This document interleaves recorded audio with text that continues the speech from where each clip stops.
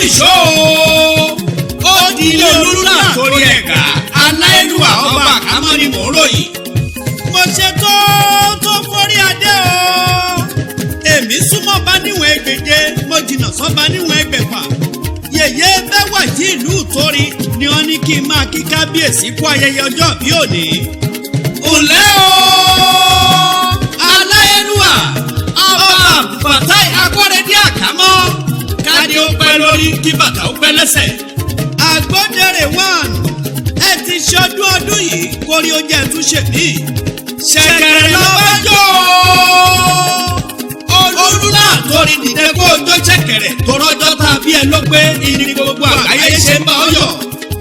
October 1st ní lóṣù ọ̀hún lẹ́tẹ̀ẹ́tẹ́ sínú ìdílé Àkámọ́ ó mọ́lẹ̀ kedere ó kálé ó kákó gbogbo àgbáyé lórí ìmọ́lẹ̀ oṣù náà.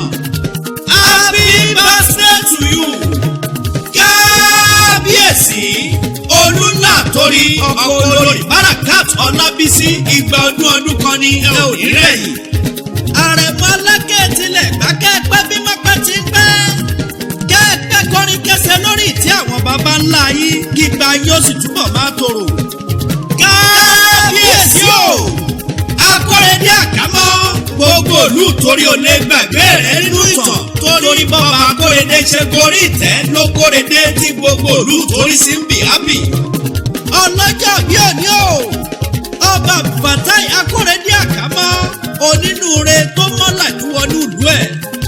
ó ti yá o ọba tí gbogbo ìlú gbà fún máa jọba lọ a kì í gbogbo ẹ̀dán ẹ ò ní kúkú òjijì.